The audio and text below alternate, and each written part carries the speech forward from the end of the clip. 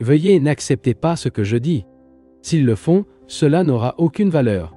Si vous ne commencez pas à doubler, à vous remettre en question, à être sceptique, à vous renseigner, si vous vous accrochez à votre propre croyance, foi, expérience ou connaissance accumulée, alors vous réduirez tout en une sorte de chose insignifiante, avec très peu de sens. S'ils le font, ils ne feront pas face à l'énorme problème avec lequel l'homme est confronté. Nous devons réaliser quelle est notre véritable conscience. La pensée et toute cette pensée ont fait partie de notre conscience. La culture dans laquelle nous vivons, les valeurs esthétiques, les pressions économiques, l'héritage national. Que vous soyez un sucre ou un charpentier, spécialisé dans une profession particulière, cette conscience de groupe fait partie de votre conscience. Si vous viviez dans un pays particulier, avec votre tradition particulière et votre culture religieuse, cette conscience de groupe particulière fait partie de votre conscience. Ce sont des faits. Si vous êtes charpentier, vous devez avoir des compétences, comprendre la nature du bois et les outils de la profession. Ensuite, vous appartenez progressivement au groupe qui a cultivé ces compétences spéciales et qui a votre propre conscience. De même, le scientifique, l'archéologue, comme les animaux, a sa propre conscience de groupe particulière. Si vous êtes une femme au foyer, vous avez votre propre conscience de groupe particulière, comme toutes les autres femmes au foyer. La permissivité s'est répandue dans le monde. Elle a commencé à la fin et s'est propagée dans le reste du monde. Ceci est un groupe de conscience de groupe. Voir le sens de cela, traitez-le seul. Voyez ce qui est impliqué dans ce domaine. Notre conscience comprend, dans la conscience la plus profonde, nos peurs. L'homme a vécu avec la génération de peur après la génération. Il a vécu avec plaisir, avec envie, avec toute l'agonie de la solitude, de la dépression et de la confusion, et avec grand regret, avec ce qu'il appelle l'amour, et avec la peur perpétuelle de la mort. Tout cela est votre conscience, qui est commune à toute l'humanité. Réalisez ce que cela signifie. Cela signifie que vous n'êtes plus un individu.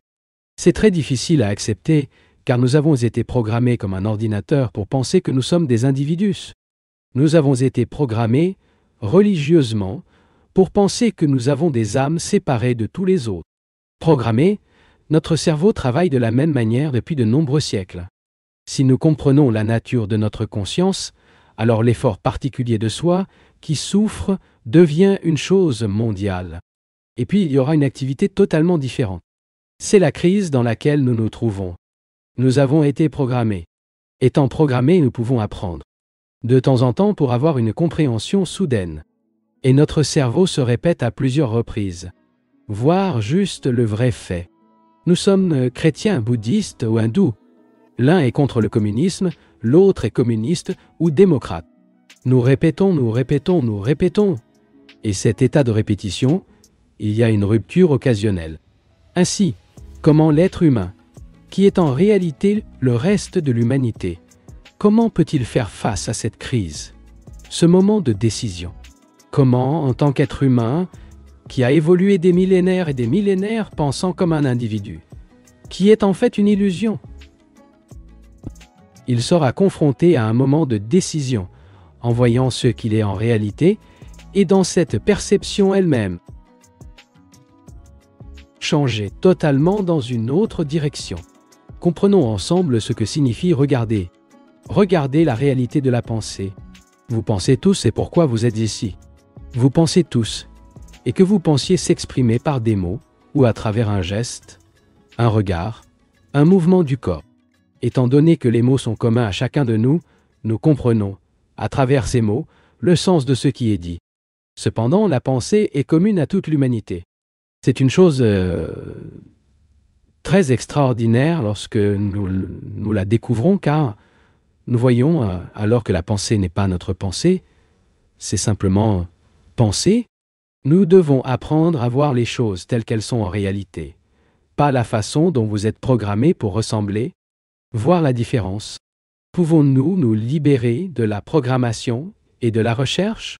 Si vous ressemblez à un chrétien, un démocrate, un communiste, un socialiste, un catholique ou un protestant, qui sont tous des préjugés, alors vous ne pourrez pas comprendre l'énormité du danger, la crise auquel nous sommes confrontés. Si vous appartenez à un groupe particulier, suivez un gourou particulier ou, si vous êtes livré à une certaine forme d'action, alors, car ils ont été programmés, ils ne pourront pas regarder les choses comme ils le sont en réalité.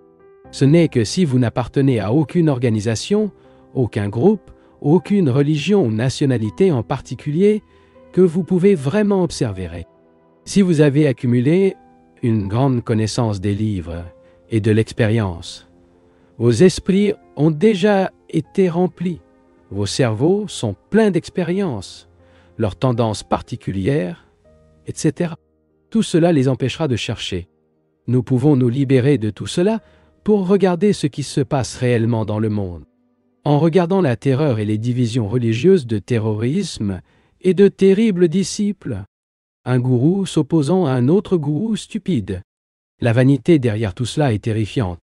Vous pouvez vous considérer non pas comme un être humain séparé, mais comme un être humain qui est en réalité toute l'humanité restante. Avoir ce sentiment signifie que vous avez un grand amour pour les êtres humains. Lorsque vous pouvez voir clairement, sans aucune distorsion, vous commencerez à demander la nature de la conscience, y compris les couches les plus profondes de conscience. Vous devez demander tout le mouvement de la pensée. Parce que la pensée est responsable de tout le contenu de la conscience, des couches profondes et superficielles.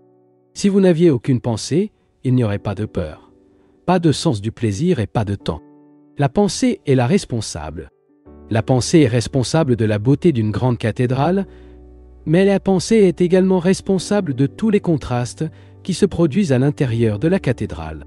Toutes les réalisations des grands peintres, poètes et compositeurs sont des activités de pensée.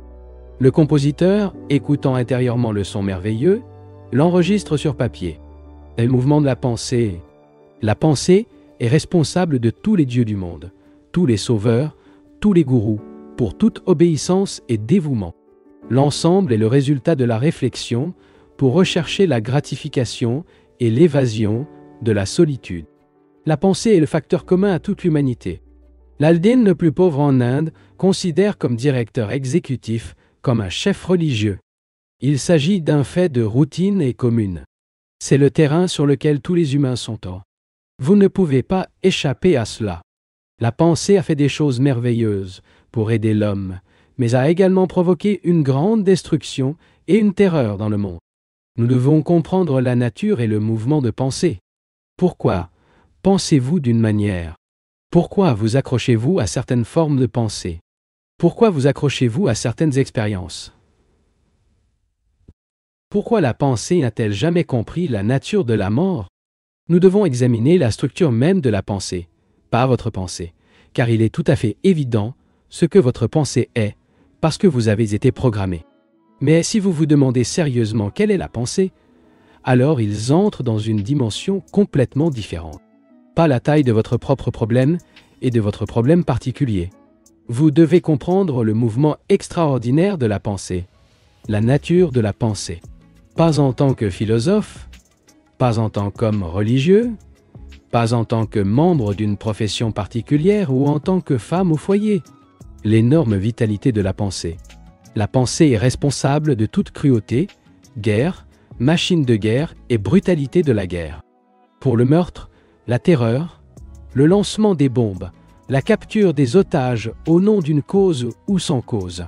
La pensée est également responsable des cathédrales, de la beauté de sa structure, des beaux poèmes. Il est également responsable de tout le développement technologique par l'ordinateur, avec sa capacité extraordinaire à apprendre et à aller au-delà de la pensée de l'homme. Qu'est-ce que la pensée? C'est une réponse, une réaction de mémoire. Si vous n'aviez pas de mémoire, il ne pourrait pas penser. La mémoire est stockée dans le cerveau comme connaissance, le résultat de l'expérience. C'est ainsi que notre cerveau fonctionne. Tout d'abord, l'expérience. Expérience qui peut appartenir au début de l'homme dont nous héritons. Cette expérience entraîne les connaissances stockées dans le cerveau. De la connaissance est la mémoire et la mémoire. La pensée. Avec cette pensée, vous agissez. Avec cette action, ils en apprennent plus. Et donc, vous répétez le cycle. Expérience, connaissance, mémoire, pensée et action. Avec cette action, ils en apprennent plus et se répètent. C'est ainsi que nous sommes programmés. Nous faisons toujours cela. Ayant souvent de la douleur à l'avenir, nous évitons la douleur en ne faisant pas ce qui provoquera la douleur, ce qui devient des connaissances. Et nous le répétons. Plaisir sexuel, nous répétons, c'est le mouvement de la pensée. Voir la beauté de cela, comme la pensée fonctionne mécaniquement. La pensée se dit « Je suis libre de fonctionner ».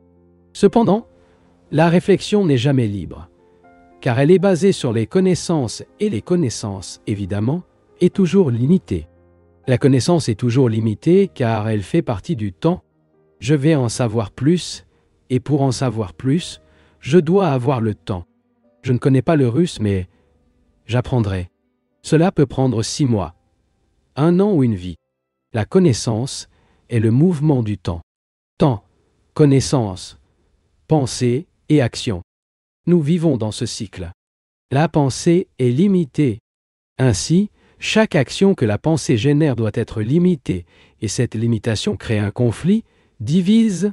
Si je dis que je suis hindou, que je suis indien, je suis limité à cette limitation. Et cette limitation provoque non seulement la corruption, mais aussi conflit. Parce qu'un autre dit « je suis chrétien » ou « je suis bouddhiste ». Et donc, il y a un conflit entre nous.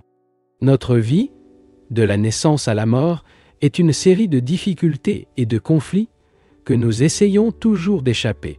Ce qui en outre provoque plus de conflits.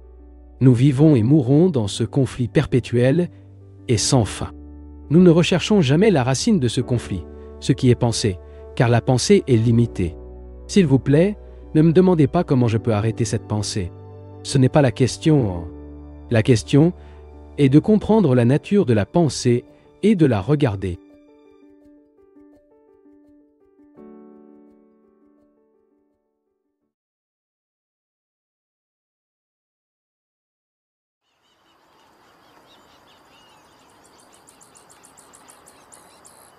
Au cours des 15 dernières années, ce mot méditation est devenu très populaire en Occident. Avant cela, très peu de gens, ceux qui étaient en Asie, avaient posé des questions sur les formes orientales de méditation. Les Asiatiques ont déclaré que ce n'est que par la méditation que l'on peut atteindre ou comprendre ce qui est intemporel, qui n'a pas de mesure. Mais plus récemment, ceux qui n'ont rien d'autre à faire s'ils ne sont pas appelés gourous sont venus en Occident, apportant ce mot qui fait ressembler à la méditation à un médicament. Il existe également les différents systèmes de méditation. Le tibétain, les hindous, le zen japonais, et ainsi de suite. Ces systèmes ont été inventés par la pensée. Et étant une réflexion limitée, les systèmes sont inévitablement limités.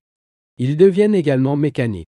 Parce que si vous répétez, votre esprit est naturellement terne, légèrement stupide et complètement crédule. Tout cela est un bon sens, mais il y a une telle impatience à vivre quelque chose de spirituel, que ce soit par la drogue, l'alcool, ou suivre un système de méditation qui, comme prévu, offre une sorte d'expérience passionnante et un grand ennuyeux avec la vie quotidienne, avec le fait que nous devons aller au bureau au cours des 40 prochaines années et finalement mourir. Il y a un tel ennui concernant les religions établies que lorsque quelqu'un apparaît avec des notions fantastiques, les gens se laissent se tromper. C'est ce qui se passe. Ce n'est pas une exagération, ce n'est pas d'attaquer personnellement personne, mais une déclaration de la contradiction qui a lieu. Ainsi, si nous sommes superficiellement constitués de tout cela, nous le mettrons de côté, car c'est quelque chose de complètement dénué de sens. Nous n'avons pas à aller en Inde, Tibet, Rome. Si nous utilisons le bon sens et avons eu un esprit critique qui remet en question ce que les autres disent, ainsi que nous interroger. Il est important de remettre en question tout ce que nous considérons comme correct et noble. ou une véritable expérience. Et il est essentiel de garder un esprit capable, rationnel, sensible, exempt de toutes les illusions et de toutes les formes d'auto-hypnose. Alors, quel est l'être humain? L'être humain a vécu de la pensée. Toute architecture, toute la musique, les choses qui sont dans les églises, les temples, les mosquées, tout a été inventé par la pensée. Toutes nos relations sont basées sur la pensée. Bien que nous disions « je vous aime », cela est également basé sur l'image qui pensait créer de l'autre. La pensée de l'être humain est étonnamment importante. Et la pensée elle-même est limitée. Son action est de produire la division. La division entre les gens, ma religion, mon pays, mon Dieu, ma croyance, par opposition au vôtre. Tout cela est un mouvement de pensée, d'espace et de temps. La méditation est la capacité du cerveau qui ne fonctionne plus partiellement, du cerveau qui a libéré son conditionnement et qui fonctionne donc dans son ensemble. La méditation de ce cerveau est différente de la simple contemplation d'une personne conditionnée en tant que chrétien ou hindou et dont la contemplation se fait par la formation passée, un esprit conditionné. La contemplation ne libère personne du conditionnement. La méditation nécessite une question majeure et devient extraordinairement grave et ne peut pas fonctionner en partie. En partie, nous voulons dire fonctionnant dans une spécialisation particulière ou une profession particulière qui rend le cerveau étroit pour l'acceptation des croyances, des traditions, des dogmes et des rituels, tous inventés par la pensée. Les chrétiens utilisent le mot foi, la foi en Dieu et à la providence, afin que les choses se passent bien. Les Asiatiques ont leur propre forme de foi. Karma, réincarnation et évolution spirituelle. La méditation est différente de la contemplation dans le sens où la méditation oblige le cerveau à agir entièrement et n'est plus conditionné pour agir partiellement. C'est l'exigence de méditation.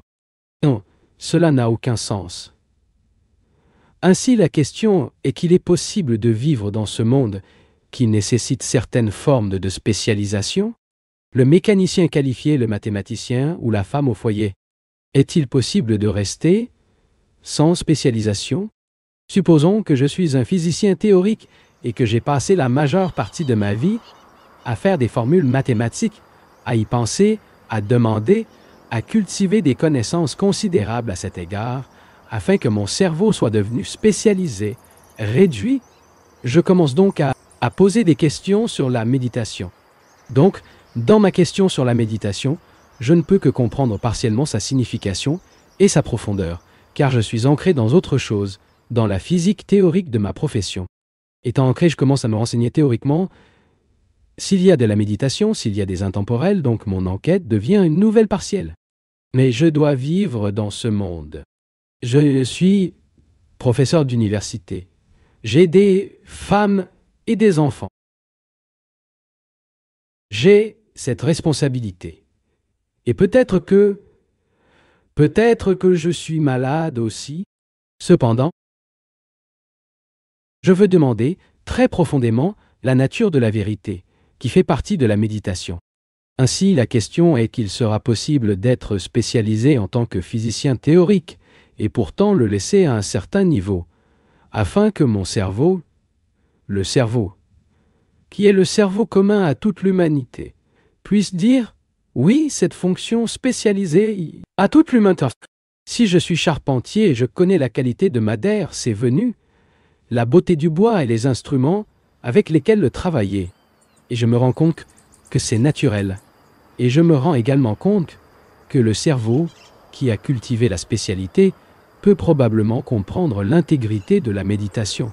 Si, en tant que charpentier, je comprends cette vérité, que moi, en tant que charpentier, j'ai une place, mais aussi cette spécialisation n'a pas sa place dans toute compréhension, toute la compréhension de la méditation. Donc cette spécialisation devient.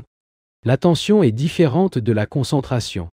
La concentration est un effort fait par la pensée pour vous concentrer sur votre capacité, votre énergie dans un sujet particulier, en particulier.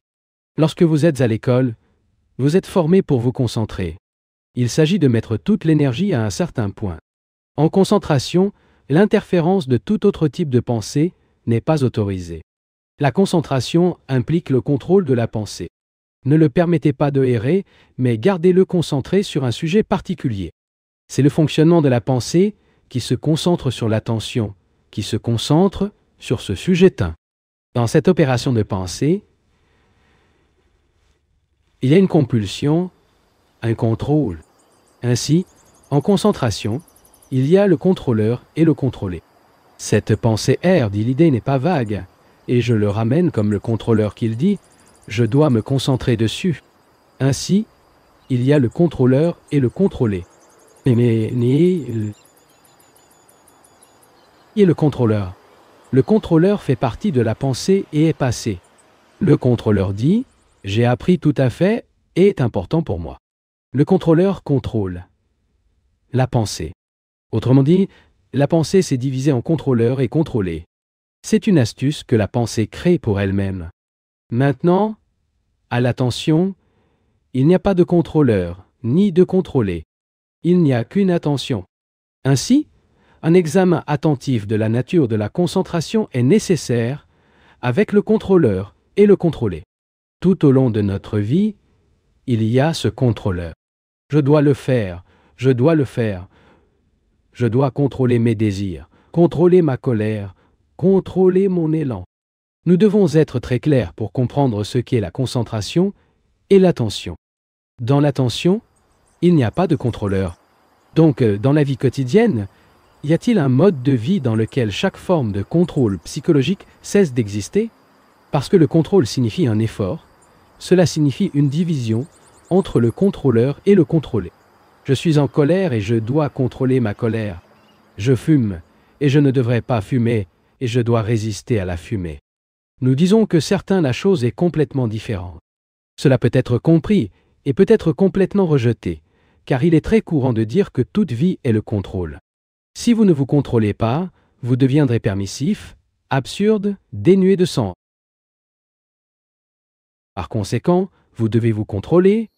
Les religions, les philosophies, les enseignants, leurs familles, leurs mères l'encouragent tous à se contrôler. Et nous demandons, qui est le contrôleur? Le contrôleur est formé dans le passé. Passé, qui est la connaissance, ce qui est pensé. La pensée a divisé en contrôleur et contrôlé. La concentration est cette opération. En comprenant cela, nous posons une question beaucoup plus fondamentale, qui est: pouvons-nous vivre dans ce monde avec une famille et avec des responsabilités sans l'ombre du contrôle? Voir la beauté de cette question. Notre cerveau est entraîné depuis des millions d'années pour inhiber, contrôler, et ne fonctionne plus jamais avec votre intérêt. Voyez par vous-même ce qu'il fait. Observez votre propre cerveau dans fonctionnement, rationnellement et critique, l'examinant afin qu'il n'y ait ni erreur ni hypnose. La plupart des méditations qui ont été présentées du monde asiatique impliquent un contrôle. Contrôlez votre pensée d'avoir un esprit en paix, c'est-à-dire calme. Ce n'est pas éternellement bavardant. Le silence, l'immobilité et la tranquillité absolue de l'esprit, le cerveau, sont nécessaires pour le percevoir et l'atteindre. Ces formes de méditation, bien que subtiles, contrôlent leur base. Alternativement, vous vous donnez à un gourou ou un idéal et vous pouvez vous oublier parce que vous vous êtes rendu à quelque chose et donc en paix. Mais encore une fois, il y a le mouvement de la pensée, du désir et de l'excitation pour réaliser quelque chose que vous avez offert. L'attention n'est pas l'opposé de la concentration. Le contraire a sa base dans son propre contraire. Si l'amour est l'opposé de la haine, alors l'amour est né de la haine. L'attention n'est pas l'opposé de la concentration. Il est totalement divorcé son. L'attention a-t-elle besoin d'efforts? C'est l'une de nos principales activités. Dois-je faire un effort? Je suis paresseux. Je ne veux pas me lever ce matin, mais je dois me lever. Faire un effort. Je ne veux rien faire, mais je le dois. Voyez à quel point nous ne pouvons pas en saisir immédiatement le sens. Cela a tendance à être expliqué, expliqué et expliqué. Il semble que nous ne pouvons pas diriger la perception de la différence entre la concentration et l'attention. Impossible d'avoir une compréhension de l'attention et d'être conscient. Quand l'attention se produit-elle? Il est évident que ce n'est pas par l'effort. Lorsque quelqu'un fait un effort pour être conscient, c'est une indication qu'il est inattentif et qu'il essaie de transformer cette inattention en attention. Mais avoir une perception rapide voit instantanément la fausseté de toutes les organisations religieuses, afin que nous en soyons hors d'eux. Il voit instantanément que l'observateur est observé, et donc aucun effort n'est fait. C'est juste ça. L'effort existe en division. Cela n'indique pas que notre cerveau est devenu insensible parce que nous avons été entraînés, et donc il a perdu sa vieille vitesse, sa capacité à voir directement, sans toutes les explications, les mots, et les mots, et les mots, et les mots. Mais malheureusement, nous devons passer par cela, parce que notre esprit, notre cerveau, ne peut par exemple comprendre instantanément que cette vérité n'a aucun moyen. Il est incapable de percevoir l'étendue de cette déclaration. Sa beauté est sur le côté de tous les chemins. Afin que notre cerveau devienne extraordinairement actif, l'une des facultés est que nous devenons mécaniques. Si notre cerveau n'est pas extraordinairement